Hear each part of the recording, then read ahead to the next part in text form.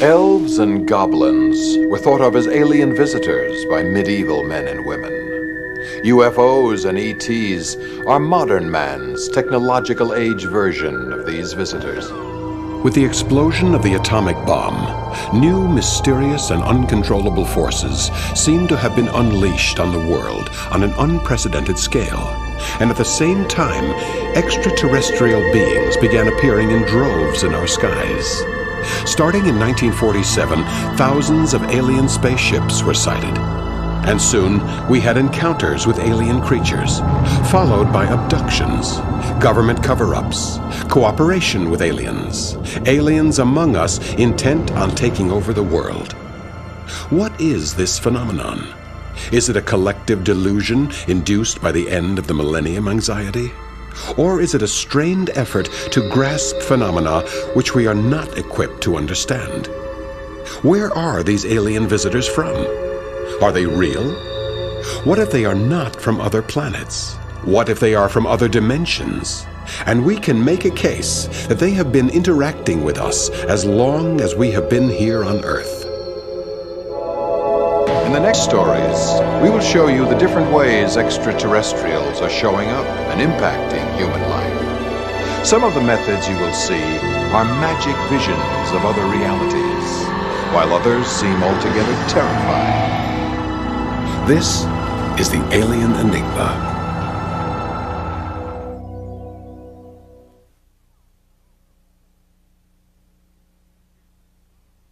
Stories of animal mutilations have been some of the most baffling reports emerging in the 60s.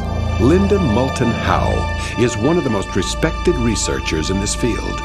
She has won an Emmy for her documentary work in this area, and her conclusions are difficult to ignore. When I was director of special projects at the CBS affiliate in Denver, Colorado, from 1976 to 1983, that I was sent files and newspaper reports about unusual animal deaths ranging Canada, the United States, Mexico, Central America, South America, Australia, the Canary Islands off the coast of Africa, and parts of Europe, all reporting the same strange pattern of excisions from animals, cattle, horses, and other domestic animals, and there were cases of deer, elk, and wild animals being found the same, with an ear missing, eye missing, the tongue removed in a vertical cut deep within the throat, jaw flesh stripped, usually from the half side of the face, sometimes in a circle, and this was removed. The genitals removed, male and female, high deep excision in the belly, and the rectum poured out. It was my shock to find, after a month of doing interviews with ranchers, with sheriffs, with deputies, with a few veterinarians who would talk with me off the record, and a few fellow journalists, that I was hearing encounters with football field-sized orange glowing lights in fields the night before some of these animals were found dead with these strange excisions. Or a sheriff who was out with a deputy in a pasture because there had been repeated mutilations, and suddenly a beam of light lights up the entire pasture, according to the sheriff, brighter than daylight. These were the stories that I was hearing. That circumstantial evidence pointed to the sky because law enforcement could not find tracks at the scene. These animals were found on wet sand, on snow, in mud, with no tracks around their bodies, including no tracks of the animal itself. How did it get to that site? That's why law enforcement, right to the 60s, began looking to the sky, saying, however this is being done, someone is coming in, picking these animals up, taking them somewhere, and for some unknown reason, bringing them back. This fall, we had 10 mutilations, 8 in Sweetwater County and 2 in Bagot County. And in 1975, we had 16. From everywhere I go, they tell me that it's predators, which I do not believe. I began to realize, slowly but surely, that I was in a story in which people off the record in law enforcement kept telling me, we're dealing with something that is not from here. We're dealing with something from outer space. We're dealing with creatures that are not human. A Colorado man named Drexel Lawson has a livestock removal service. The incisions a lot of times looks like some type of burn or laser. This mobile laser unit stands about 8 feet high and weighs about 400 pounds. Clearly, it's not a convenient tool to drag around remote ranch lands. And it was finally in one of the interviews that I was doing on film. He was the chief investigator in the district attorney's office in Trinidad, Colorado. In the fall of 1979, I had asked the same questions to law enforcement everywhere I had gone, and no one would talk to me on the record. And I'm rolling the camera and I'm asking the same question. Who or what do you think is involved with these mutilations of these animals? And Lou Girotto, chief investigator in the district attorney's office in Trinidad, Colorado, looked at that camera straight and said, "It's very, very possible that these mutilations are being done by creatures from outer space." By the early 60s to the mid-60s was the first emergence of what has come to be called missing time, or the human abduction syndrome, and at exactly the same time was the first reportings of unusual animal deaths with the ear, the eye, the tongue, the jaw, the genitals, and the rectum taken. So suddenly I also had a missing time case where a woman of 5 people saw a beam of light, suffered headaches, and 5 years later we finally get to do a hypnosis session in which, when her amnesia breaks, she described seeing a brown and white calf rising in a pale beam of light. I can see an animal being taken up in this. I can see it squirming and trying to get free. And that was, I think, the very first step for me of realizing that I was perhaps in an unprecedented story where fellow human beings were dealing in their pastures, their backyards, with something not terrestrial, being able to interact, pluck animals, take the same patterns of tissue and fluid, and return those animals for unknown reasons. The two phenomena, the human abduction syndrome and the animal mutilations, began at the same time, have paralleled through the last several decades. Together, I think that they are the flip side of the same kind of effort by whatever this intelligence is, and that their goal, perhaps among many goals, is to harvest genetic material from humans and animals. Why? I have no idea. Her story is too conclusive to leave any doubt about the gruesome and possibly non-human presence in the animal pastures. No one understands why. Ufologists claim aliens need the hormonal secretions to sustain themselves.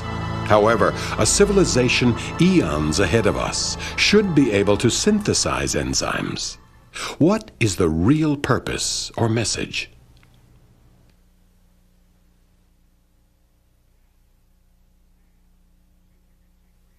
Cases of human mutilation tied to UFOs have also been reported. It is hard to fathom the intentions of aliens helping humans and mutilating them at the same time. In fact, abductees talk about different cultures of aliens with different intentions, some benevolent and some downright destructive, just like the angels and demons of legends and myth.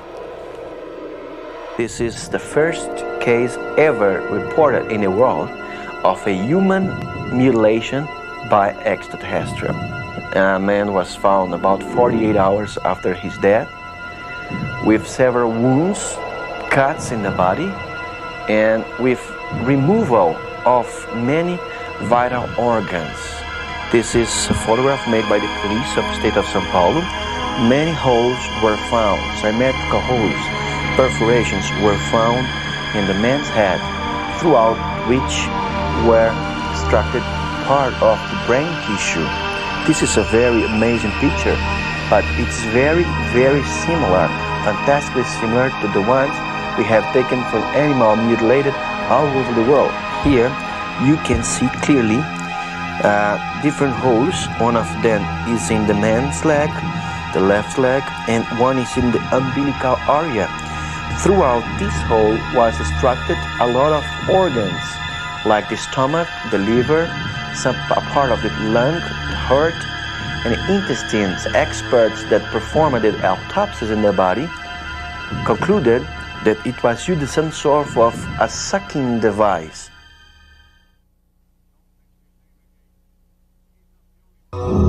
In 1970, the Vietnam War was taking a heavy toll on our nation, with the pretext that the North Vietnamese and the Viet Cong were directing their operations from their sanctuaries across the Vietnam borders. President Nixon expanded the war to neighboring Laos and Cambodia. William English was a U.S. officer stationed in Vietnam during 1970 with the U.S. Army Special Forces. In several interviews with the press, conducted in the late 80s, he recounted an extraordinary incident he lived through. In May 1970, I was assigned to lead a team to Laos to recover a B-52 bomber that had been downed by a UFO. Of course, the Army didn't say anything about UFOs, but we all knew what it was. The last communication with the B-52 had been about a hostile encounter with a craft that was shaped like a blinding bright light. My team traveled by helicopter over Laos, and after a few days we found the B-52 lying in the jungle. When we approached the plane, we saw the most amazing thing. The fuselage and wings were totally intact with no damage whatsoever, including the bay full of unexploded bombs. The area around it and the trees looked like they were not touched by the crash. We found the bodies of the pilots strapped in their seat, with their bodies cored out in the same manner as the cattle being found all over the world at the time. There was not a drop of blood in their bodies. My team recovered all the documents on board, we photographed the bodies, the plane, and the site around the crash, and exploded the bombs. On the way out of the jungle, we were ambushed by the Viet Cong. My buddies all died. I was wounded, but I escaped capture. I wandered through the jungle for days until a reconnaissance group found me. As soon as I got back, the Army took the photos, which were classified top secret, and disappeared instantly. I was never able to get my hands on them again. And later, when I went looking for the records, there wasn't anything anywhere about the B-52. The Air Force has no records of the B-52 lost in Laos in 1970, nor of William English's service record. English claims it is part of a government cover-up. He also reports that since he went public with the story, several attempts have been made on his life. Is this a bizarre, paranoid fantasy? Or another example of disconcerting sorcery from the skies and standard government denial?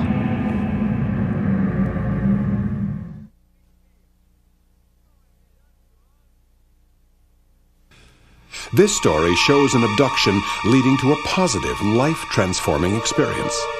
In this case, the aliens appear to have a constructive purpose and to have achieved it. Im Winter 1991 reiste ich mit ein paar Freunden durch Florida. I was visiting Florida in the winter of 1991, and I decided to meet with some friends in Everglades City. I left Miami in the rain. It was an overcast day with heavy storm clouds, but it didn't bother me. I visited an Indian village, and when I was ready to take off, I noticed an unusual cloud formation moving in the vortex like a hurricane or a tornado. And then I saw this glow, this light coming out of the clouds. It was beautiful and strange. I drove on and soon forgot about it. I decided to take a ride on the sawgrass. The sky had cleared suddenly. I saw this bright light again crossing the sky. I had this eerie feeling that it was following me.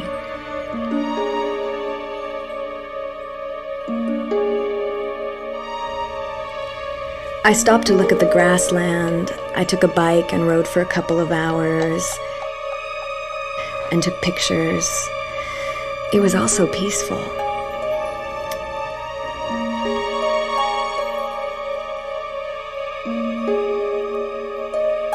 Suddenly, I felt my limbs becoming heavy. Every step was getting heavier. I saw the light again, and this time right on top of me. and I was blinded. And the next thing that I remember, I'm in my car and driving on the road. How could I have blanked out and not remember how I got back to the car? It was at least a quarter of a mile from where I was to the parking lot. I looked at my watch, and a half hour had passed. I felt lost, disconnected.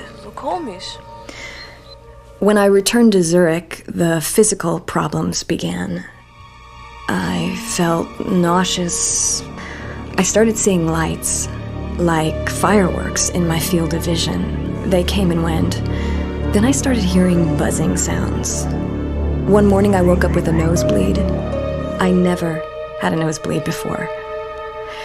I was a biology student at the university, but I stopped going to classes. I was feeling strange and disconnected. My parents were worried, but I didn't tell them anything. One day, I had this urge to go to the zoo.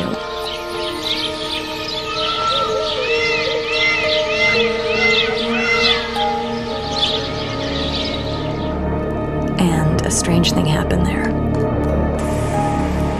I saw this little man, like 3 feet high, standing next to the bisons. I knew it was not a hallucination. It was too real. And this got me really scared.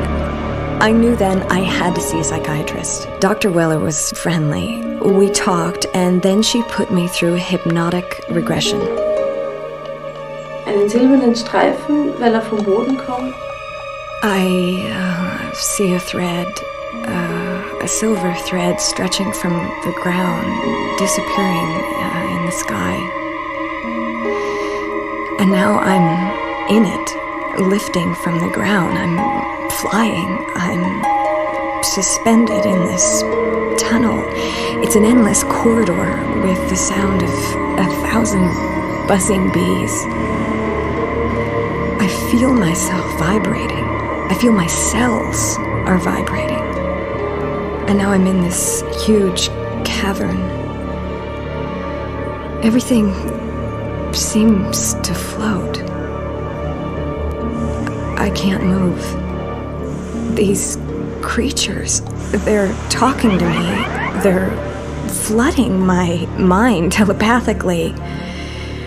And they're telling me I have to wake up and pay attention to my life. In Jungian psychology, the thread represents the umbilical cord. It is a symbolic connection with some higher state. In this sense, it also brings nourishment and life. What Hannah seems to express is a spiritual message about the loss of connection with her true self. Then they take me in this other room, and it's a replica of the cypress swamp I was traveling through before, except now it's dying and it's lifeless. And I start sobbing and I can't control my tears.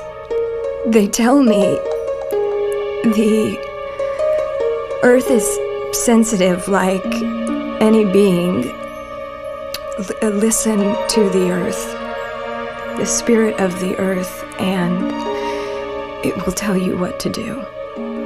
The abduction experience leaves Hannah more open, more conscious. She is combining the information received during the abduction with her inner intuitive drive to alter her life radically, to transform herself. I feel happy. I feel connected. I can't tell what the experience was about, and I don't know where these beings are from or what they're made of. They told me that what we see is just the form they take when they enter our dimension. Why me? I don't know. But I understand things differently now. I've left the university temporarily, and I'm working. I'm involved in a project that educates people about the environment, and I feel fulfilled for the first time in my life. Whether she had this experience in our three-dimensional reality, or in a parallel reality, or as a subconscious projection, the truth is that this young girl's life has been radically changed. The origin of the experience remains an unsolved mystery.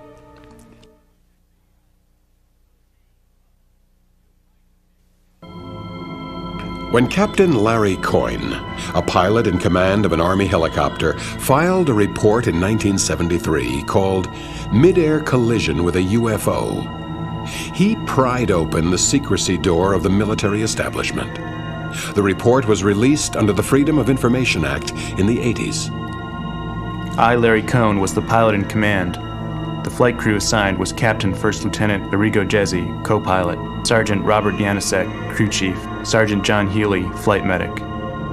The Huey was returning from Columbus, Ohio to Cleveland, Ohio, and at 11 p.m. east-southeast of Mansfield Airport, in the vicinity of Mansfield, Ohio, Sergeant Yanisek saw a red light on the east horizon, 90 degrees to the flight path of the helicopter.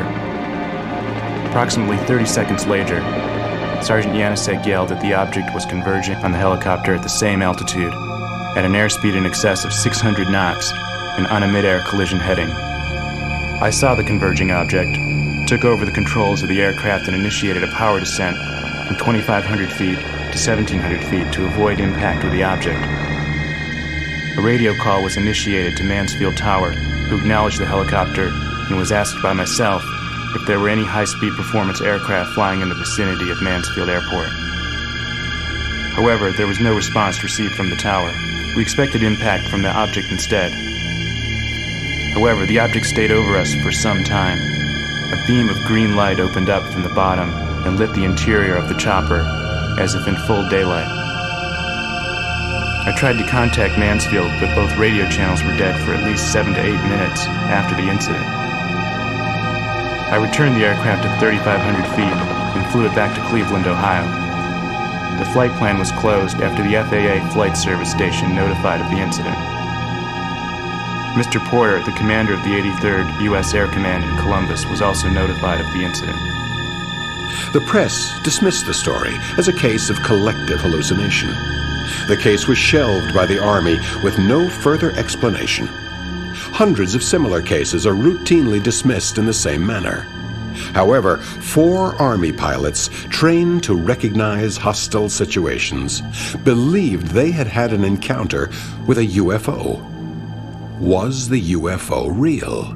Psychologist Carl Jung asked the same question. His conclusion was that UFOs might be both real and fantasy, somewhere between the dream world and reality. Not a satisfying answer for 4 military men, but something closer to understanding the enigma.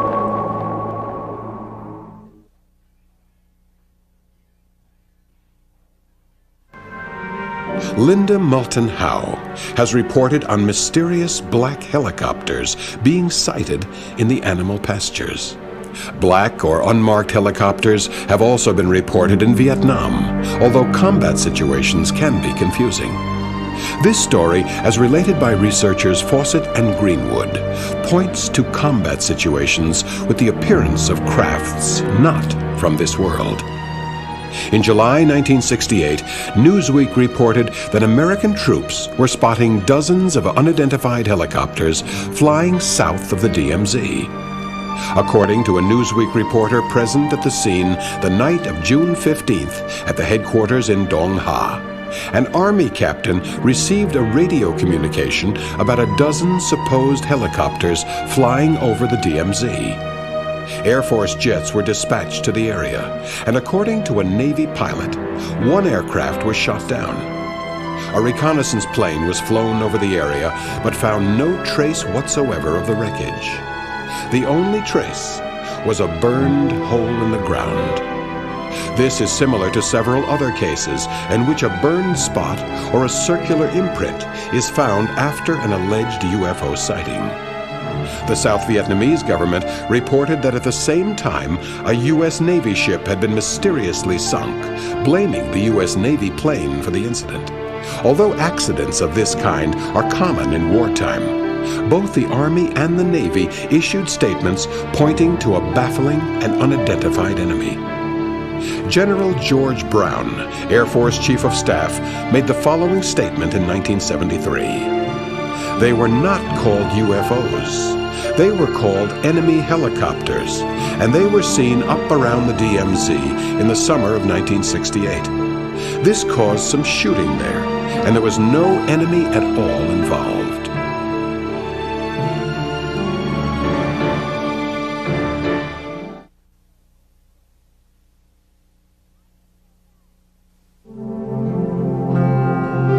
In the baffling world of alien abductions, some of the most puzzling mysteries are missing pregnancies. Investigator Wendell Stevens is quite familiar with this syndrome.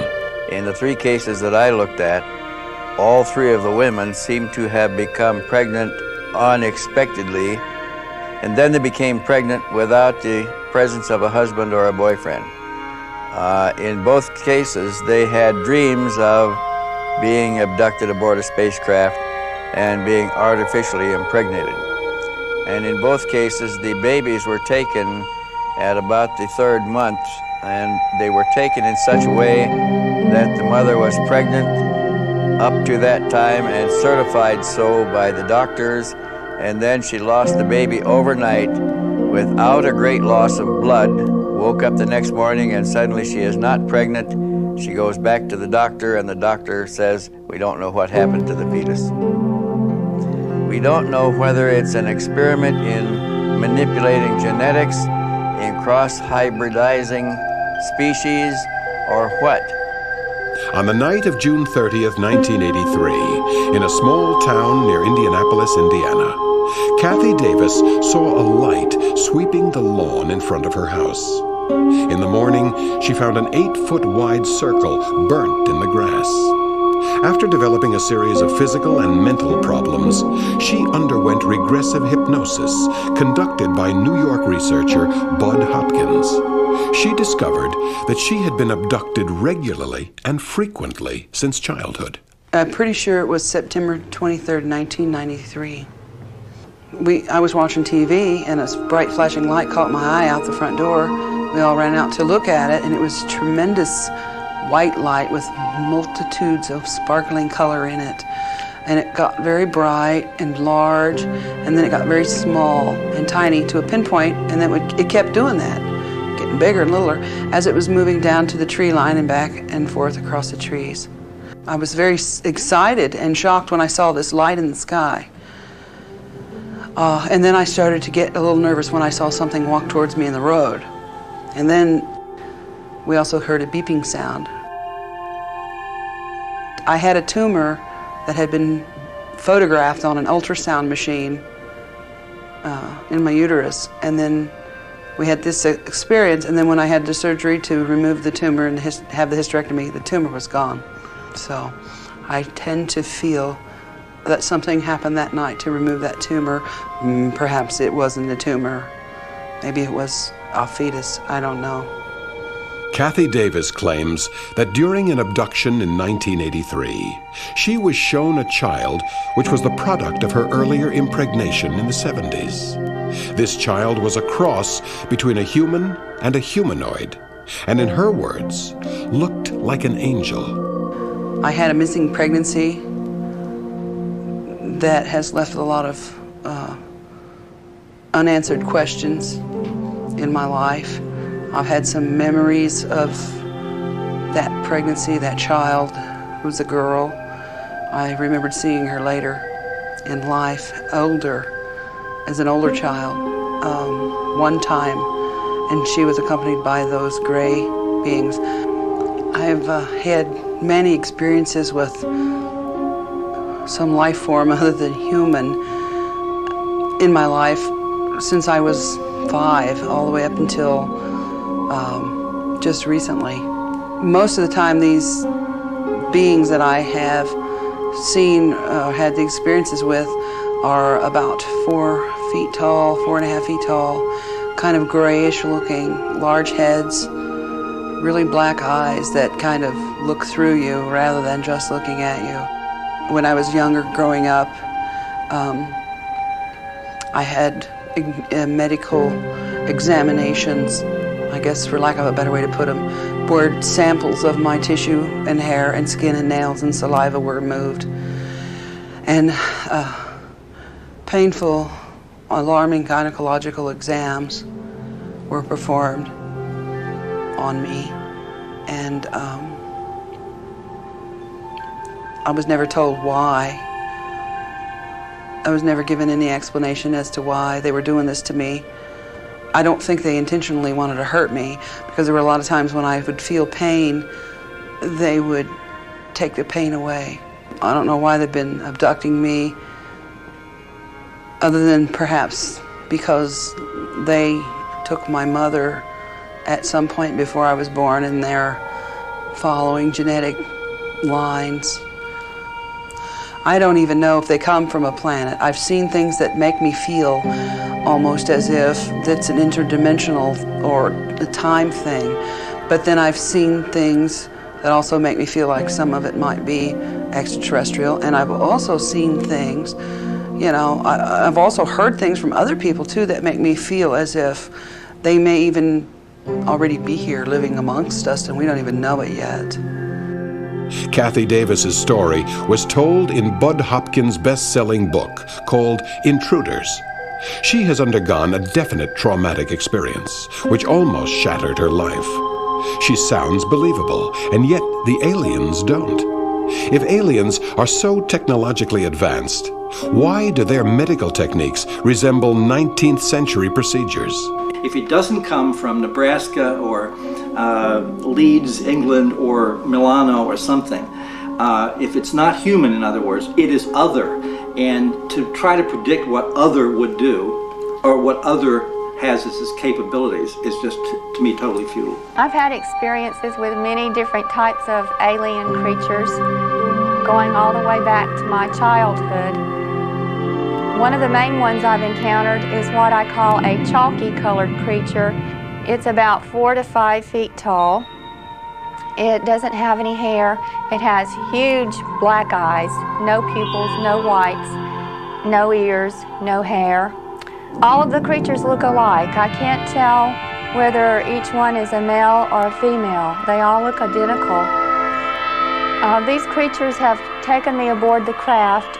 The method they use to get me aboard their craft is some kind of light, like a beam of light. I find myself in this energy force that looks like a light field, and the next thing I know, I'm aboard their craft. These creatures perform medical experiments on me. They are extracting ova from me. They scrape tissue samples. I've also seen aboard their craft the products of what they're doing with their genetic experimentation. I've seen fetuses suspended in transparent containers.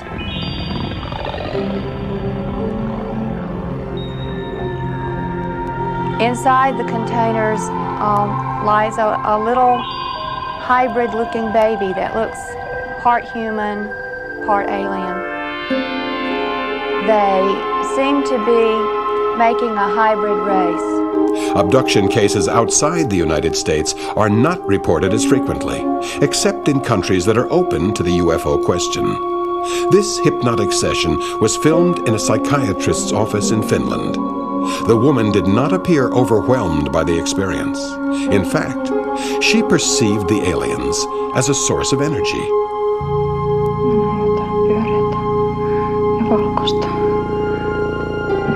Minkä kokoinen se on? Se on iso. Mä olen siellä sisällä. Katso, miten sinä olet joutunut sinne. Näetkö, miten sinua viedään? Tiedän, mä huudan. Mutta ei mitään ääntä tule. Ääntä ei tule. Kuka sinua vie sinne? Niitä on paljon. Ai, niitä on paljon. Kerro tarkasti, millaisia he ovat. En Katso, se on filmi, niin kuin videokuva. Et sinä ole siellä itse. Sä näet kuvan.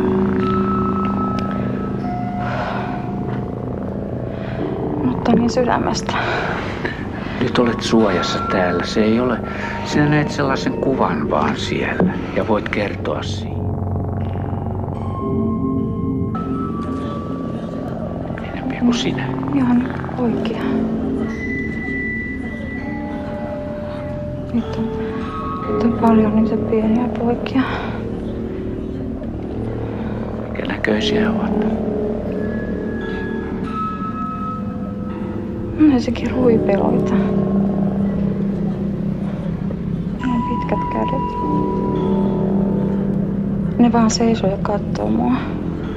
Minkälainen asu heillä on? Ei niillä ole vaatteita. Ei niillä ole vaatteita. Sillä yhdellä on. Onko se saman kokoinen?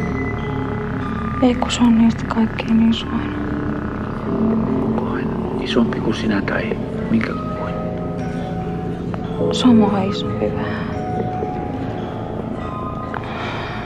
Sillä on valkoinen takki. Se asuu siinä. Ne on siinä niin kuin sen takia, että ne pitää kiinni, jos mä liikun. Miten ne tutkii jollain tavalla. Kuka tutkii? Se valkotakkinen. Se laittaa mulle jotain sisään. Laittaa sinulle sisään jotain. Minkälaisessa asennossa sinä olet? Mä oon selälläni. Kerro lisää.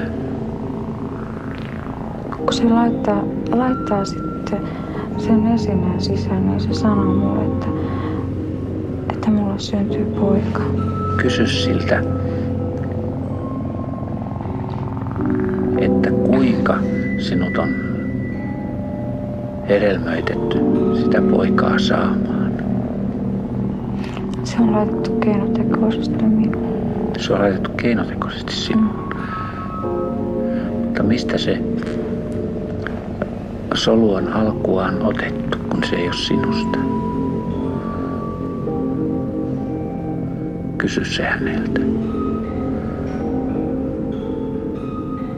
Se on heidän omiaan. Se on heidän omiaan. He on puhunut 4 ulottuvuudesta. Että he ovat 4 ulottuvuudesta. Jaha, jostakin sellaisesta, jota me emme tässä pääse tavoittamaan. Joo, se valkotakkinen. Se valkotakkinen. Se oli mulle vihainen.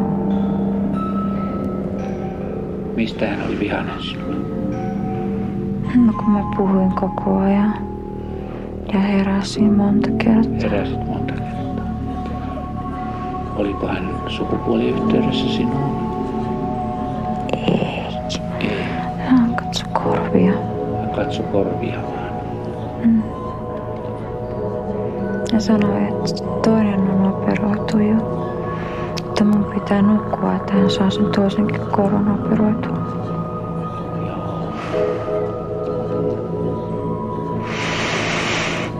Ja sitten sen nenän katsoi semmonen pieni poika, joka oli kirkas. Kirkas? Siis oliko hänellä sellainen kiiltävä asu? Vai millä tavalla? Niin, se on sellainen valkoisen hohtava iho. Hyvin hohtava iho. Oliko se ihokin myös tällainen, ettei se ollut vaan se vaate, joka hänessä oli? Ei, hänen pääkin oli ihan valkoinen. Hohtava valkoinen. If these stories spring from the imagination of such diverse women from across the globe, then we are confronted with a syndrome of truly gigantic proportion. But why would these abductees choose to fake traumatic experiences and fabricate stories that subject them to endless ridicule? All these women feel these events are taking place in a realm somewhere between their minds and some other dimension. and the message they leave behind seems to be the need for universal connectedness.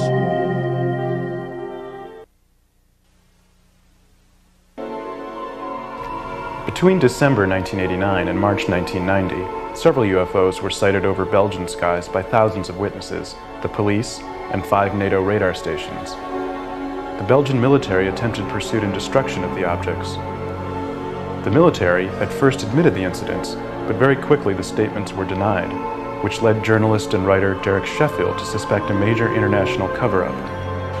So I contacted the Belgian Air Force, and what I got back absolutely amazed me, because something happened in Belgium that had not been publicised in the British media at all. It was a sighting of such enormity, witnessed by thousands and thousands of people, that I'm surprised it didn't get into the British newspapers. This thing was in fact flying over the most densely populated part of Belgium for an hour. This was over Brussels. Somebody in Paris told me that an estimated 13,500 people saw them. Of that, we'll say 13,500, 2,600 provided written statements to the police. There were 75 police witnesses.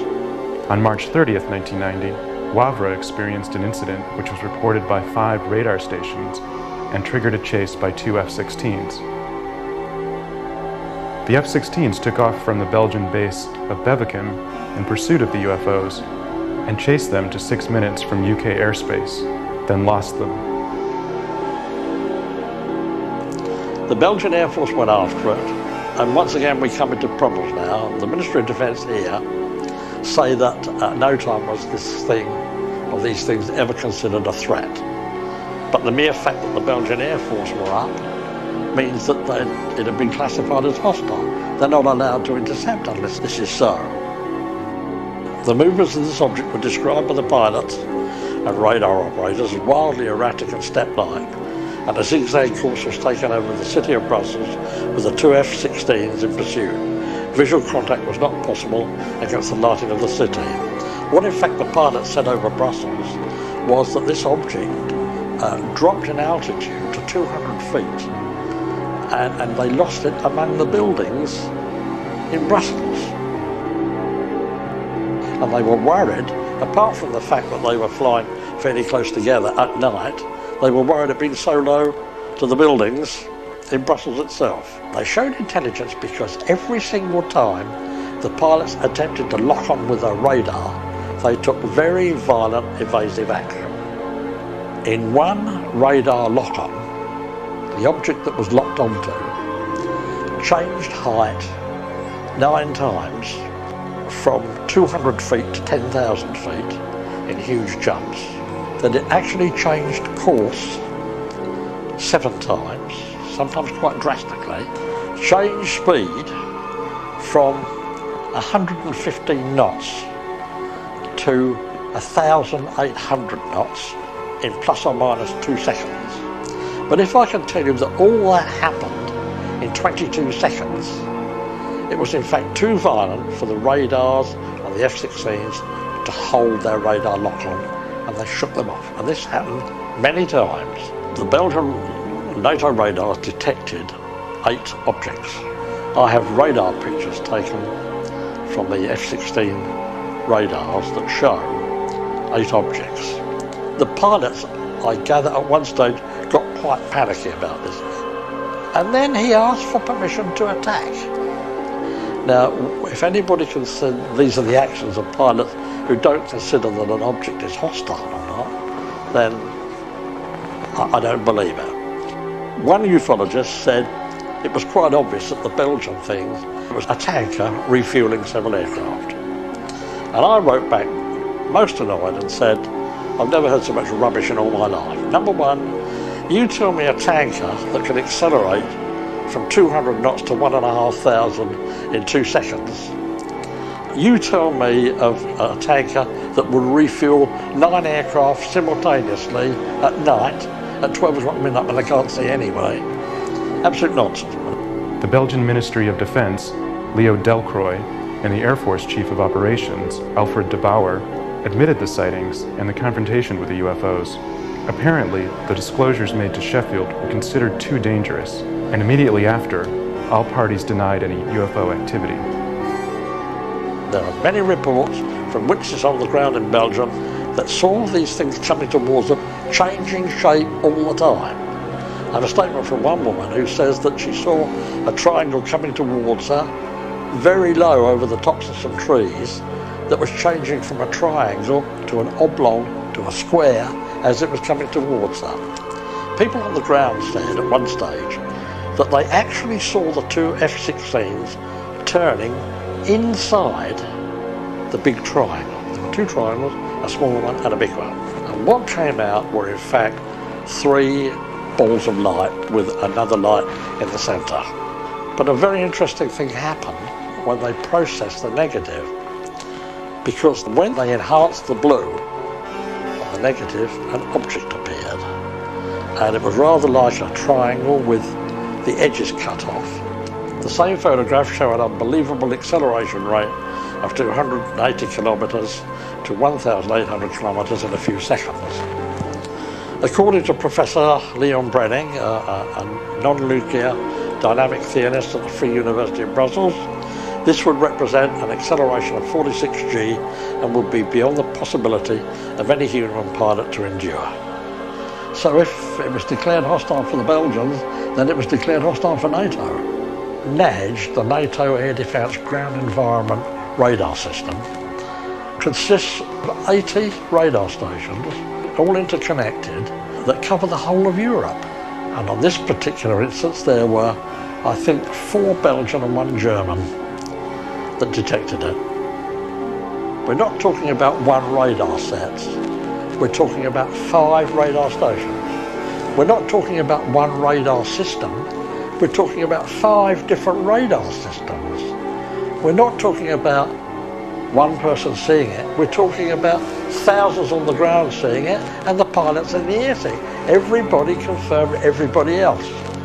So the things were there and radar was to be relied upon. And 1,000 miles an hour is only 6 minutes from UK airspace. The British aircraft have got to be given time to be alerted and get up to intercept them or whatever they're going to do. So they must have known about it. Admiral Hill Norton said that if it was detected by NATO radars, then it's inconceivable that we didn't know about it. Derek Sheffield presented a petition to the European Parliament in Brussels to investigate the events of the UPenn and Wavre. As it stands, the investigation is still on the agenda.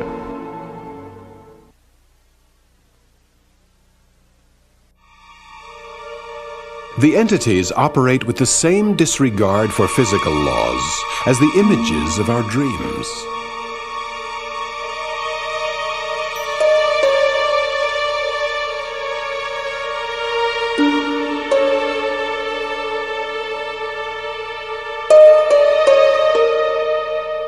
And yet they leave implants in abductees.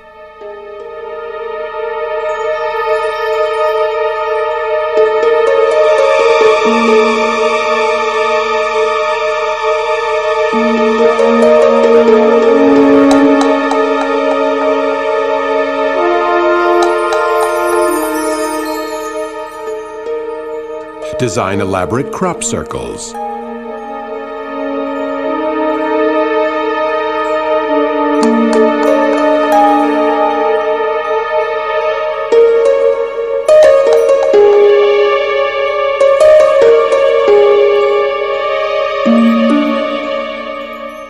Burn craters in the ground.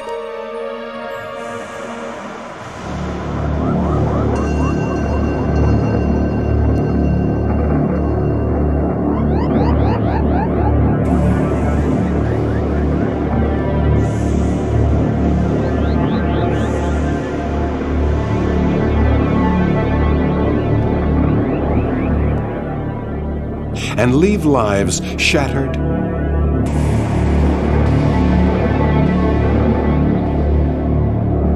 and transformed.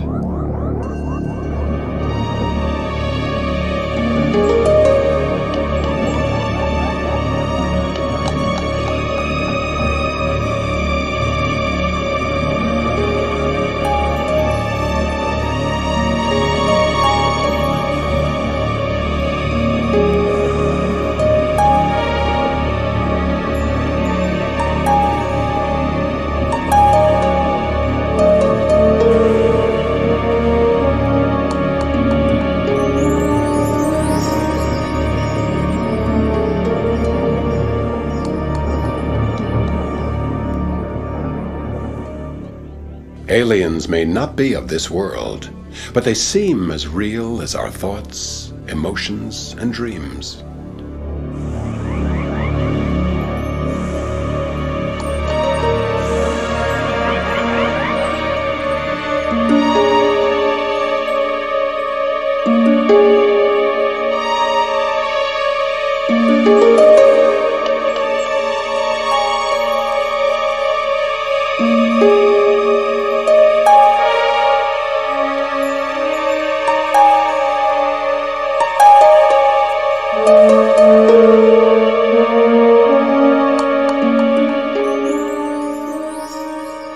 And the alien experience feels like a new and agonized religious experience.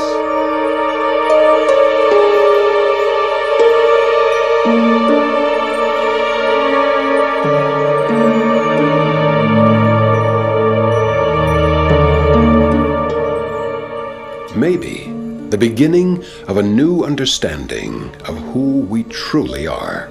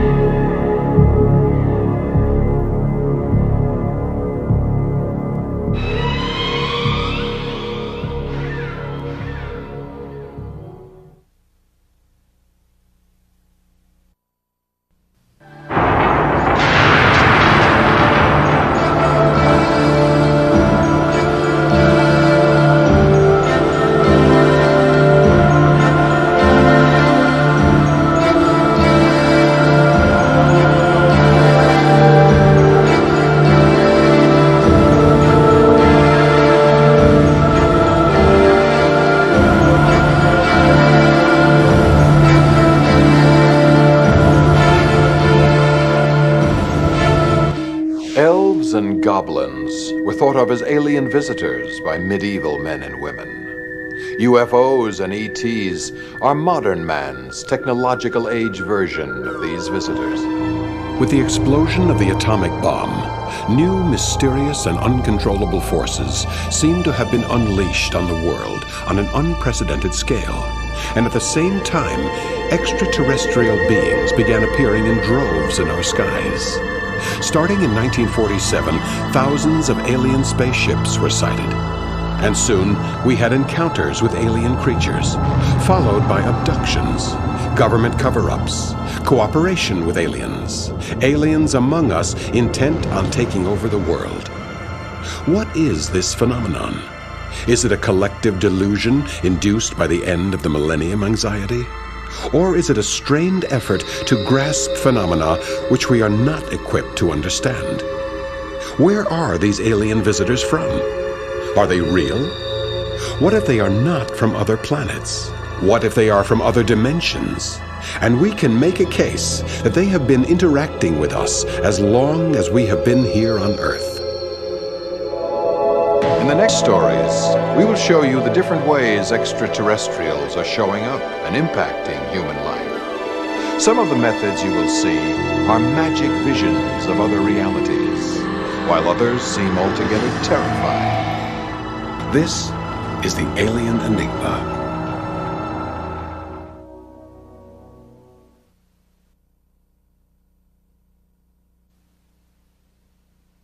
There's every reason to believe that there was at least one live alien at the two crash sites in New Mexico in July 1947. And that, of course, if there was a live alien, he was examined by the U.S. government officials. There were certainly dead bodies, which were also examined. On September 24th, 1947, the President signed a classified executive order authorizing the formation of the top-secret Majestic 12 team to investigate UFOs. Subject matter was classified 2 grades higher than the H-bomb. The history of cover-up and disinformation that followed was, in the words of Stanton Friedman, a cosmic Watergate. What happened at Roswell was an extremely interesting event. There was a real crash, but it was orchestrated. Given the fact that no hard evidence remains, Ed Dames suggests another theory for the Roswell crash. There were bodies. People picked bodies up. People touched debris on the ground. But about 48 hours after that event happened, there were no bodies. There were no pieces. There were no debris. The people that participated in the event did not know what happened to the debris. They became confused. They had memories of the event, but there were no pieces and no evidence. The reason that is because these races that are 100 million years ahead of us went back in time and changed the event. They prevented the crash from happening. There is no such thing as alien bodies in storage anywhere in the United States or anywhere in the world. It did not happen. It never happened. There were alien bodies on the ground for about 48 hours at most, but that is all. Then they disappeared. They disappeared because time changed. The event was erased. This event you are about to hear, codenamed The Incident, took place on the night of October 7th, 1965, at Edwards Air Force Base in California. Researcher Sam Sherman obtained the military records under the Freedom of Information Act. The tapes he was sent were scrambled and totally incomprehensible. He spent close to 1 year decoding the tapes and reconstructed the story of what happened that night. Hundreds of U.S. scientists were at Edwards that day and night to see demonstrations of advanced rocket aircraft. Little did they know that that night they would witness a most unusual demonstration of advanced craft technology from another planet. These are actual declassified and descrambled Air Force audio recordings of the startling incident. Okay, I was wondering, we supposedly are having quite an invasion over here. We have some confirmed reports of some unidentified flying objects in your area. Okay. Approximately 6 or more from Edwards and climbing slowly. They're red, white, and green flashing lights. I'll go out and watch that bright when it gets. Okay, sir. There's 3 more of them. Went south and dim, almost in a straight line. Almost horizontal. I don't like to get on with my fancy type thing. The tape indicates that a squadron from another planet was overflying the base. An F-106 jet fighter interceptor was launched to chase after the UFOs. Edwards, do you still have any of these U-boats in sight? Yes.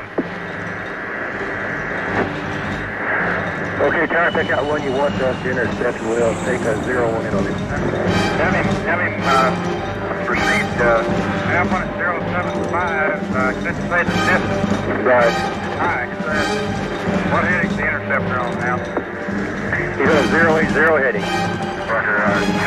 Approximately, there was approximately 5 to 7 objects. Green and red and white flashing lights. They were quickly moving, and they would be in the area for some time, and quickly move straight up. Did civilians in the Edwards Air Base area see anything unusual? A report from a local driver was phoned in that night. We have the UFO information dispatcher at Base Operations Norton on also. He's listening to your comment. Yeah, okay. Supposed to determine the location where the sighting took place and refer the party to report that to the nearest base where the sighting occurred, which would be Edward or George. Yeah, okay. Now, this is the deputy in between again. Didn't this occur, though, close to Cajon Pass, where he saw this? Yeah, so you said this bright red object, he saw it kind of hovering. All of a sudden it made a pass right down over his car and right across the highway, and so it paralleled the highway for quite a while, and then just took off, and it's like death. He thought it was going to hit his car. I'll be glad to pass it up to Edwards. I could give you the name of the UFO officer at Edwards. I have it on my report here. Let's see, Captain Vilent at Edwards. Base Ops. You have just found out that Edwards had an officer, Captain Vilent, who was in charge of UFOs, and Norton Air Base had a UFO dispatcher. This information extracted from Air Force records reveals for the first time that the government, in spite of its official denials, takes the UFO matters very seriously.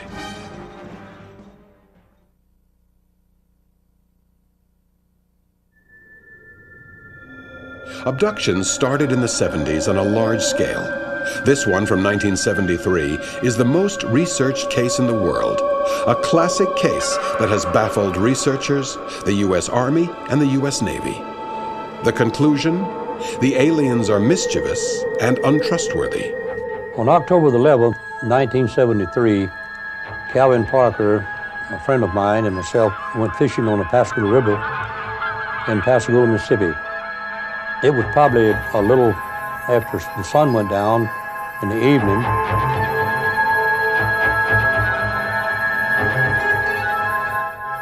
And we were fishing from a pier out into the river.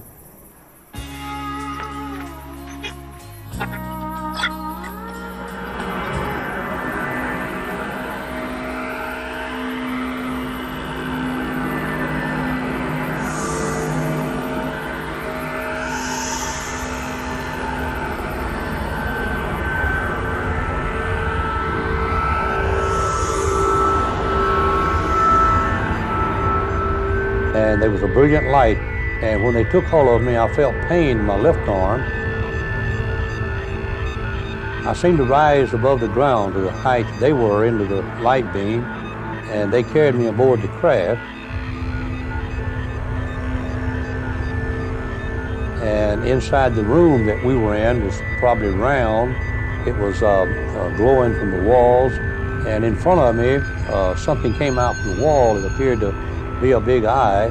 It moved up in front of me in my face, and it lingered there a while, and then it moved downward. And it came back over the top of my head and back in front of me again. And this thing remained there a few minutes, and then it went back into the wall. And by that time, these things had come back and took hold of me, and they released me, and I fell to the ground. It was this time I saw Calvin, and he was standing there with his arms outstretched. He appeared to be going in shock. We decided that we'd call Keesler Air Force Base, which is only about 25 or 30 miles from there. I called Keesler, and they told me that they didn't handle those things, that we'd have to go through our sheriff's department. Hickson and Parker did not know that the sheriff's phone was ringing off the hook that night with calls about strange lights in the skies. A gas station operator, who was a former pilot, called and said a UFO with flashing blue lights was heading east toward Mobile, Alabama. According to FBI files, the two men were interrogated in the Jackson, Mississippi Sheriff's Office. I took a polygraph test, which was positive, that proved I was telling the truth. We took voice stress analyzers, even sodium pentothal. I've done everything that I can think, or they can think of, to prove that I was telling the truth. What made the interrogation special was the presence of 12 federal security experts, including 3 Army colonels, 2 lieutenant colonels, a major, and a captain. Why would Charles Hickson, a simple shipyard worker from a small town in Mississippi, be told when communism would fall 15 years before it actually happened? Since 1973, I've been contacted many times from these beings. They told me of world events that will happen, that communism would fall, and I told the news people about this before it did fall, and they didn't believe me. They laughed at me. Strange sightings of unidentified submerged objects occurred around the Pascagoula nuclear shipyard. Navy intelligence got involved, as well as the Pentagon. I was told by somebody formerly of Air Force Intelligence that we had a form of radar that disrupted their guidance systems and caused these crashes. Was it coincidence that Hickson was a foreman in a nuclear facility which that week had launched the USS Spruance, carrying the most advanced electronic sensing and radar gear? Here we have the conflicting implications that UFOs are letting us in on a secret about the fall of the evil empire. And at the same time, they are trying to sabotage U.S. intelligence. This type of trickery is a trait that aliens share with the elves and goblins of myth.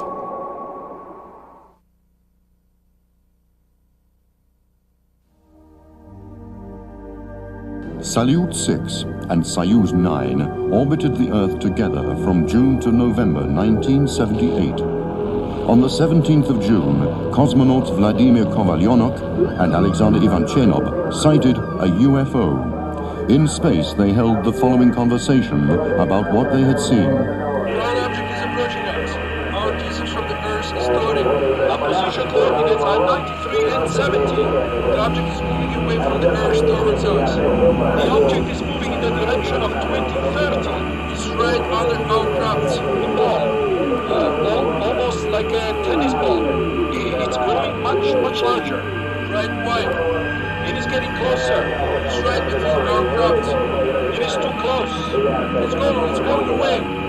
This tape was sent by the Soviet Space Ministry to the KGB, and it was held there in secret until after the fall of communism, when the KGB at last opened up its files. In the United States, UFO sightings by NASA remain classified top secret. However, the Russians claim to have recorded a communication from Neil Armstrong to Mission Control after his landing on the moon in 1969. Mission Control calling Apollo 11. Columbia, this is Houston, over. This is Houston, over. These babies are huge, they're enormous. Oh God, you wouldn't believe it. I'm telling you, there are other spacecraft out there lined up on the far side of the created edge. They're on the moon watching us. Dr. Azhaja, a physicist and former operative of the Soviet Navy, reports that this conversation was censored by NASA, but had been picked up by the KGB. The archives are now being opened, and recently we received 1,200 documents from the KGB. Other astronauts have openly admitted to sightings. No one understood what it was. It was a triangular white bright object. It did not send any message. It was definitely a UFO. Santa Claus was the code name used by U.S. astronauts to indicate the presence of flying saucers next to space capsules. According to Maurice Chatelain, the space engineer who designed the Apollo communication system, the term was first used by Walter Schirra on a Mercury 8 flight.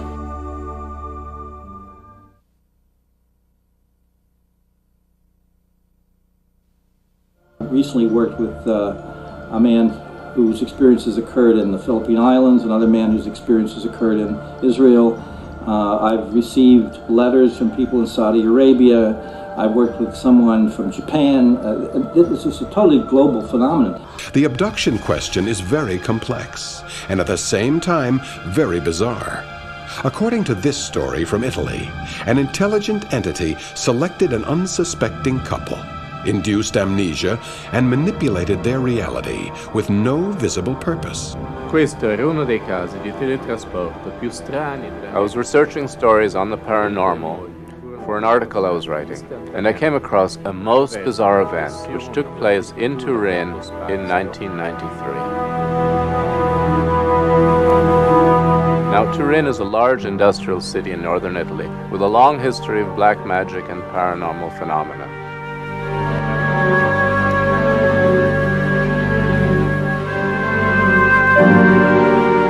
And it was in Turin that I met a doctor and his wife. They told me their story on condition that I do not reveal their true identities, so I will refer to them as Dr. Giorgio Tomasi and to his wife as Ileana. Dr. Tomasi was a doctor at the Mauriziano Hospital, one of the oldest and most prestigious in the city. One Sunday afternoon in September 1993, he and his wife left their home to drive to the wedding of a friend in a town about 20 miles away.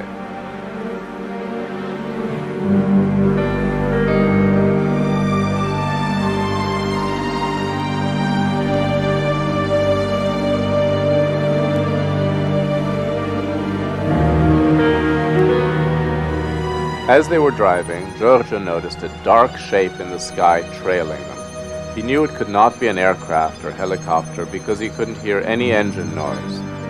I saw it very clearly. It was a bright ball of light that moved quickly toward us. As it approached, I started feeling drowsy. My eyelids became heavy, and I could not keep my eyes open. The car began to slow down by itself, in spite of the fact that he was pressing down hard on the gas. The speedometer registered 10 miles per hour, and he was still losing speed. He pulled off to the side of the road and turned the engine off. when he noticed on the side of the mountain ahead a strange light formation rotating and spinning. Then an electrical cloud enveloped the car. The car was surrounded by hundreds of bolts of lightning striking simultaneously. The doctor and his wife were instantly transported through a time and space warp to a different country over 1,500 miles away. Not only were they in a different location, they seemed to be moving around in complete freedom. 1 minute they were driving, the next minute they were walking through a field. Then they were driving again, then they were inside an ancient city, roaming through the temples. Ho avuto una netta sensazione fisica.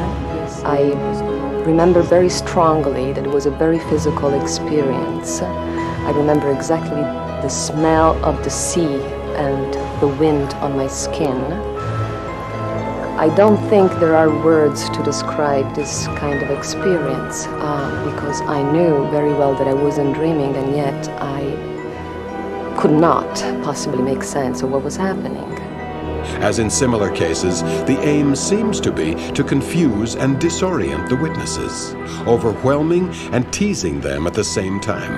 And the experience is always elusive, just like in a dream. From deep inside the temple, the intense light appeared again, floating in the air.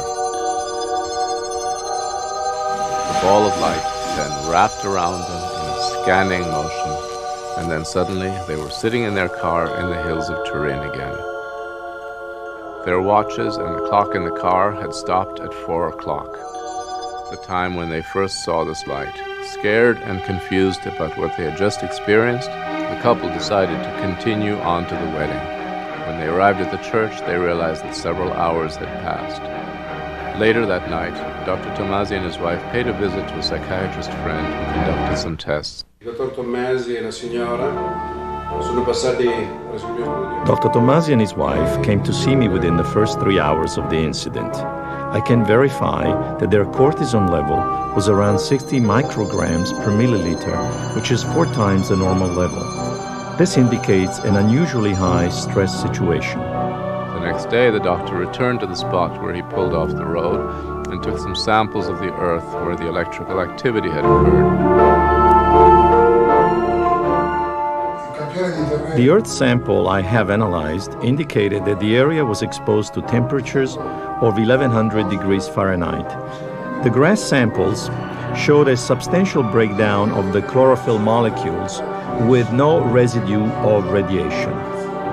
I absolutely believe that it really happened, and it was a real event.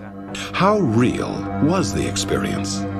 We can only speculate that whatever this alien mind might be, it will have a hard time getting through our walls of fears and superstitions, and might have to play symbolic games in order to get its message across, as if it were dealing with a child. The idea of the stream of time flowing from the past through the present into the future is actually an artifact of our consciousness. It's not really the way the universe is constructed.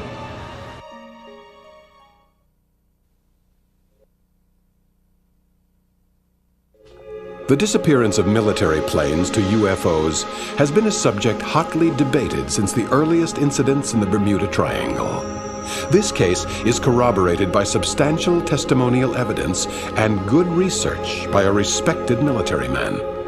Recent developments of interest here in the United States among researchers like myself and colleagues of mine is the apparent abduction or capture of up to 5 American jet fighters by alien vehicles commonly known as UFOs.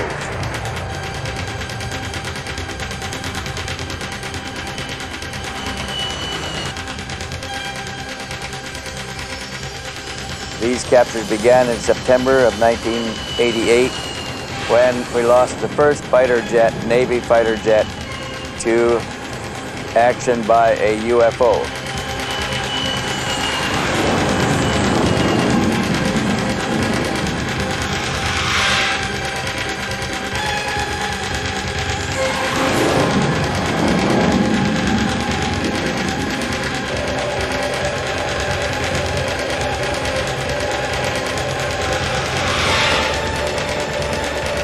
Hotel 3532 to LSO, over. This is LSO, go ahead. Hotel 3532. I see a large aircraft. It appears to be at Angel 10, over.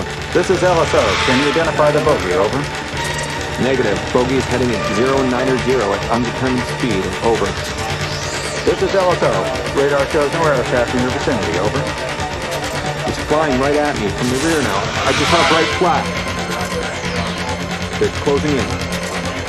I see bogey now, heading 180, very fast, over. It just flew past me very fast. What is your status? Hotel 3532, over. Here it comes again. LSO to Hotel 3532. My instruments are not responding. Can you identify bogey, over? LSO to Hotel 3532. Come in, Hotel 3532. LSO to Hotel 3532. Come in. Come in, Hotel 3532. LSO to Hotel 3532. Come in. And a couple months later, in December of 1988, we had two F-14 Tomcat jet fighters captured by a large Delta-shaped craft over Cabo Rojo, the southwest corner of Puerto Rico.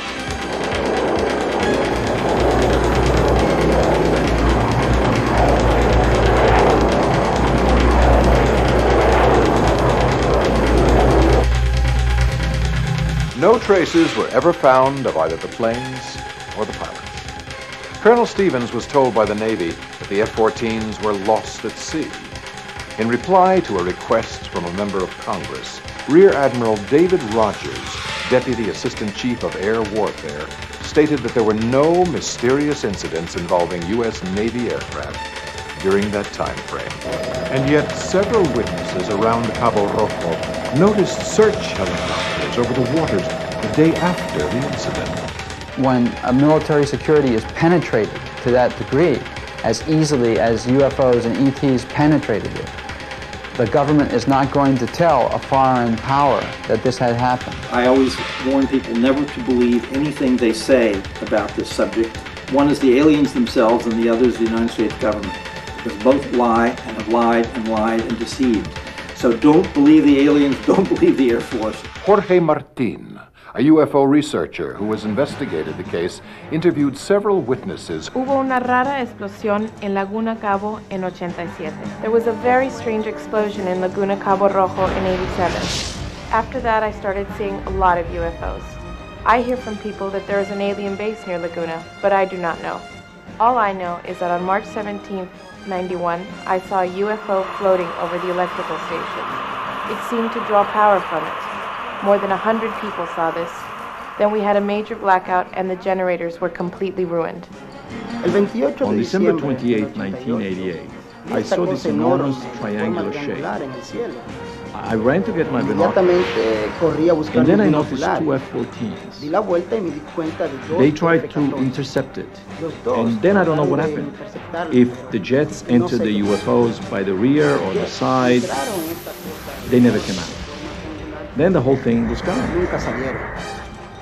Martin later received a communication from a U.S. Navy source saying that the incidents were seen on radar and immediately classified top secret. Physicists, as well as abductees, talk about the existence of multiple and parallel realities. Is it possible that the F-14s vanished through a time-space gap into one of these dimensions? They seem to travel in an other way entirely, possibly something like transmitting from one point to another, where distance is not a factor in the equation.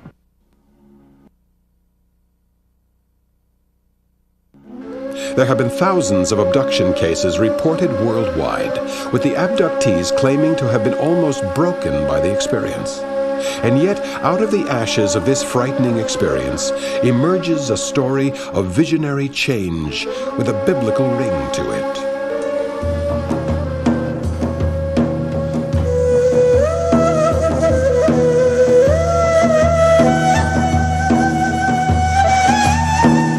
İsmim Sedat Vural, fizik profesörüyüm. My name is Sedat Vural.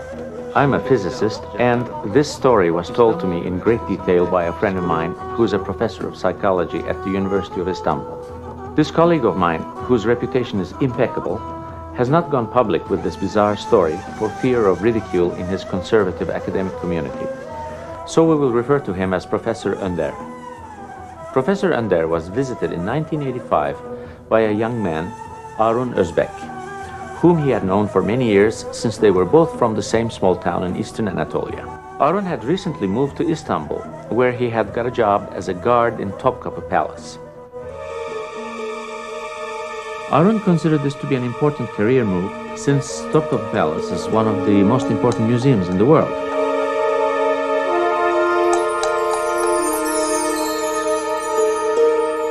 One summer day in 1985, Arun was leading the last group through the palace.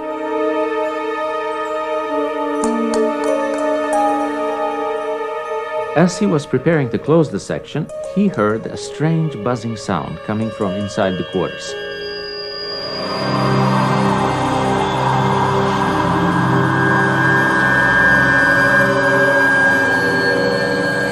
As he retraced the steps in the now empty palace, the sound seemed to be receding.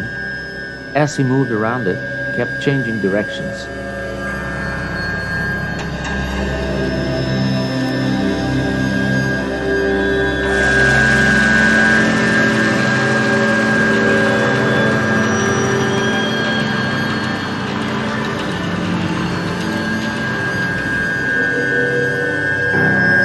He quickly lost track of time in his chase. Topkapı was now closed, and he didn't realize until much later that he had spent over an hour listening to a sound that was possibly coming from inside his head.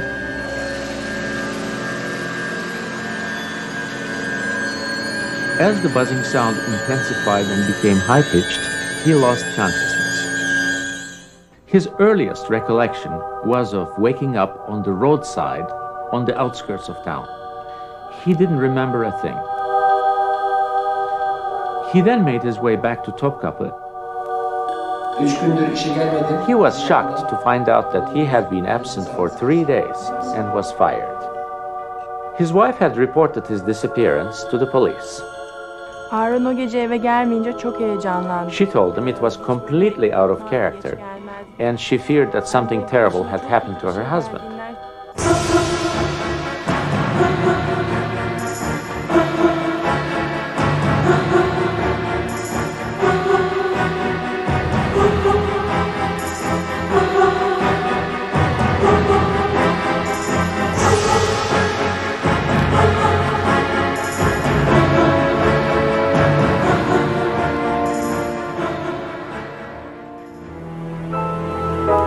Finally went to see Professor Önder. Professor Önder put him through deep hypnotic regressions. I've read Professor Önder's transcripts of the sessions, and they show a person under tremendous stress. During the first session, Arun revealed an intense light had blasted through the roof opening. He was totally blinded. He started talking about being pulled through the roof over the palace and of floating over Istanbul. A group of tourists sailing the Bosphorus that same day had spotted a light zigzagging through the sky. Among them was a journalist from Ankara who reported the sighting in a local paper. The young man was sent to a local hospital for tests. The mark on his chest was diagnosed as a first-degree burn of unknown cause. His blood lymphocyte level was down to 15% of normal. The report stated that the dizziness, headaches, and the extremely low count was a consequence of a dangerous exposure to gamma ray radiation in the order of 150 Röntgen. Exposure to this level of radiation can be lethal. During a second session with Professor Önder, Arun became so afraid he started shaking. He described how a 3-foot alien emerged from out of the light and stood in front of him.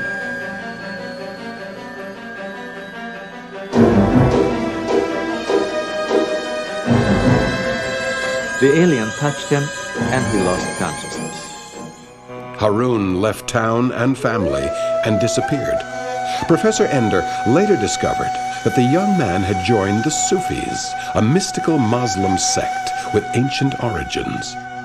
Whitley Strieber, author of Communion, says the aliens refer to Earth as a school of souls. Was the alien experience the trauma that initiated a religious conversion?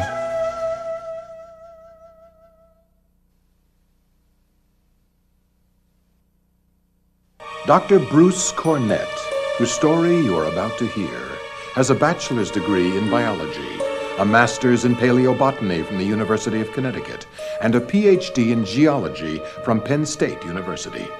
Dr. Cornett's impressive scientific background makes his story all the more incredible. In 1992, I started a 20-square-mile magnetic survey using a proton magnetometer. And over a period of about 2.5 years, I accomplished acquiring 1,800 stations worth of measurements. Now that's a lot of data.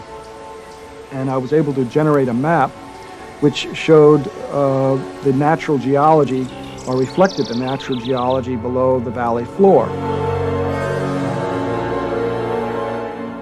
But also in the process of getting all those measurements, I came across a number of magnetic anomalies that could not be explained by anything natural, and certainly not cultural. And what I discovered was a series of strange spikes in magnetism, fluctuations in magnetism that were well out of the range of anything that is natural. I took this to a physicist who had worked for the Navy, and I showed the readings to him, and he freaked out. He said, "Do you know what you have here?" And I said, "No, what?" He says, "You have evidence that proves the existence of a theory that we think exists, but we have not yet been able to duplicate it." And I said, what is that? He says, "You've demonstrated the existence of polarized magnetic photon beams." And I said, "Well, magnetic light?" And I didn't think light was magnetic. He says, "Well, this is the theory. We thought that this could exist, and what you're showing me is data that indicates it does exist." The Hudson Valley in upstate New York is a hotspot of UFO activities. Multiple witnesses have seen craft appear and disappear into the ground at Pine Bush, New York. According to Dr. Hynek, a UFO the size of 3 football fields was seen by 6 security guards as it hovered at 300 feet above the ground. Residents have reported radio and TV interference, sudden electrical surges, and electromagnetic disturbances. Cars have been known to accelerate and decelerate by themselves. Following my return to the area, something very unusual happened.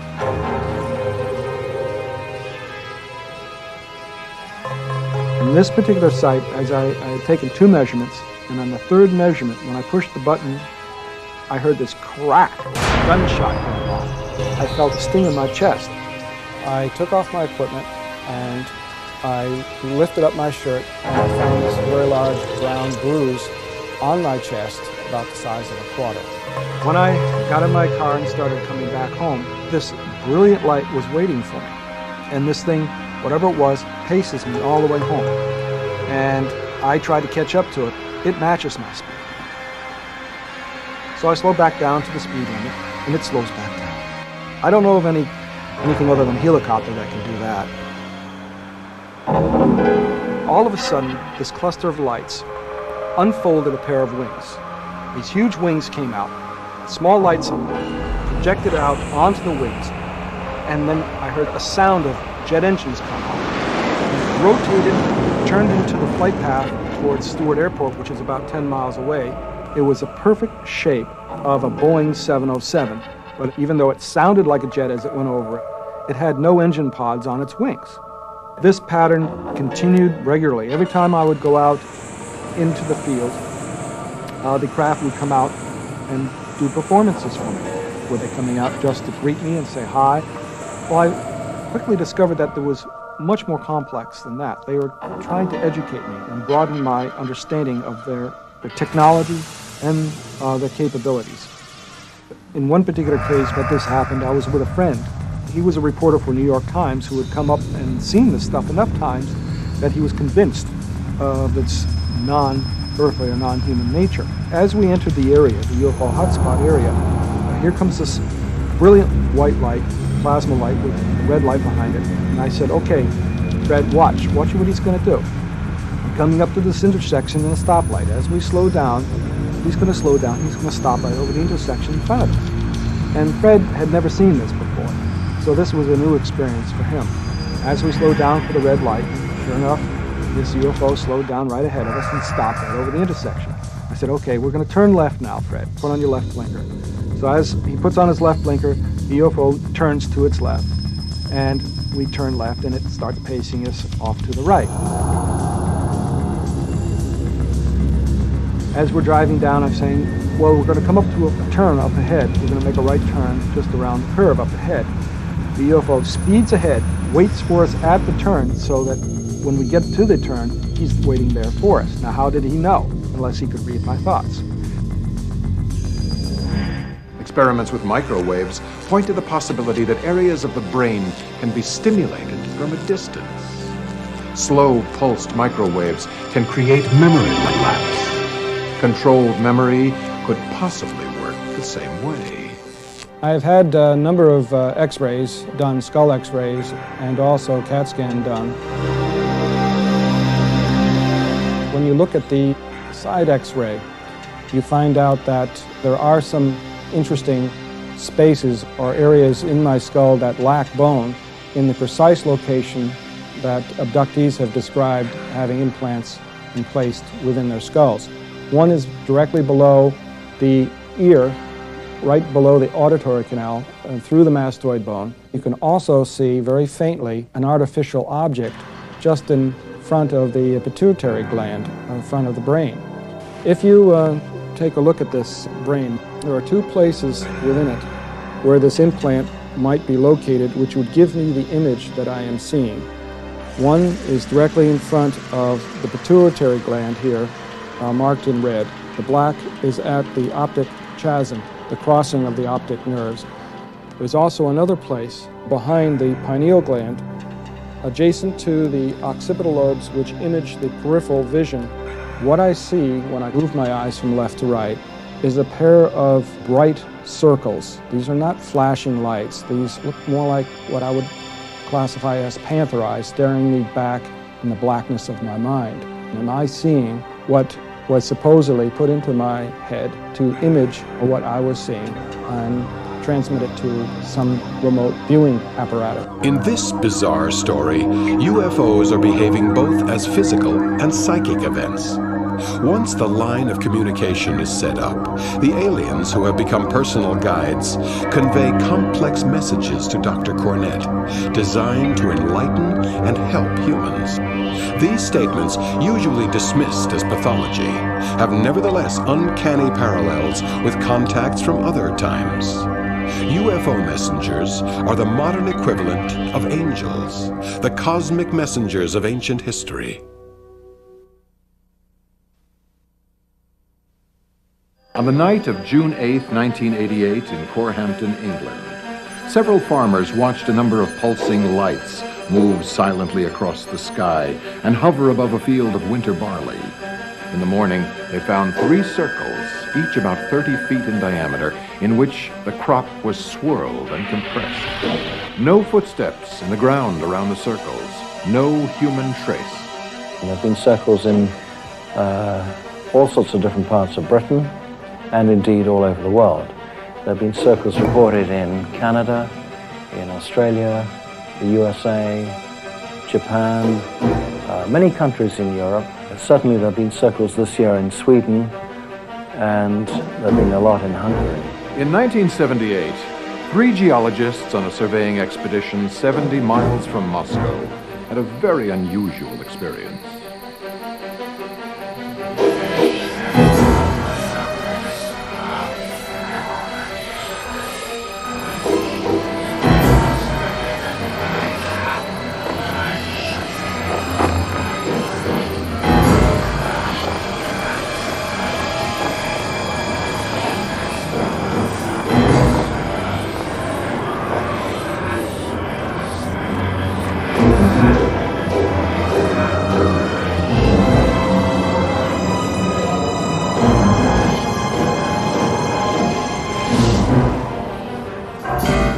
The language they recorded was unidentifiable, foreign, not a known language.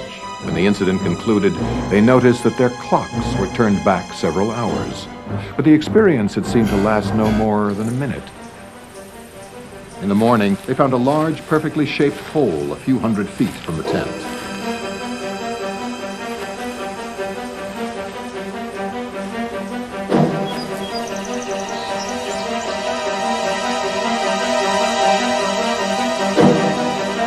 Their compass began spinning out of control, and the circle area appeared to be highly magnetized. 5 years ago, I was walking with my dog along one of our cornfields. It was a wonderful summer day in June. The sun was high. It was very, very quiet. And then suddenly we heard this incredibly loud blast. Well, of course, my dog jumped around and started behaving very nervously. And we went towards the area where the bang had come from, and I saw the most extraordinary sight.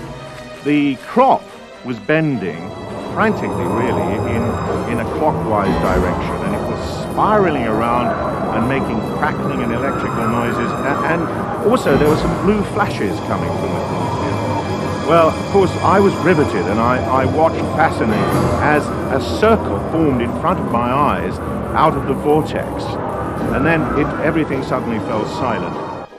What is the energy that performed such feats? Did the events take place in the physical world?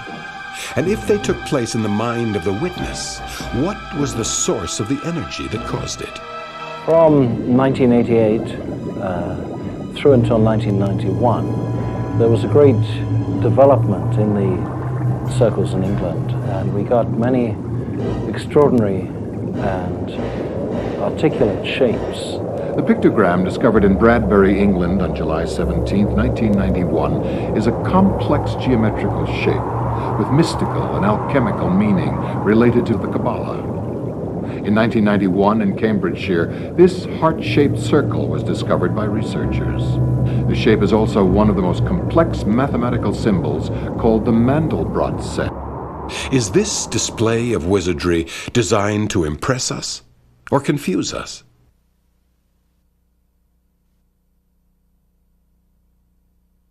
There is a need for the world to be awakened, to be educated, to take a new view of how we should behave and where we fit in the universe.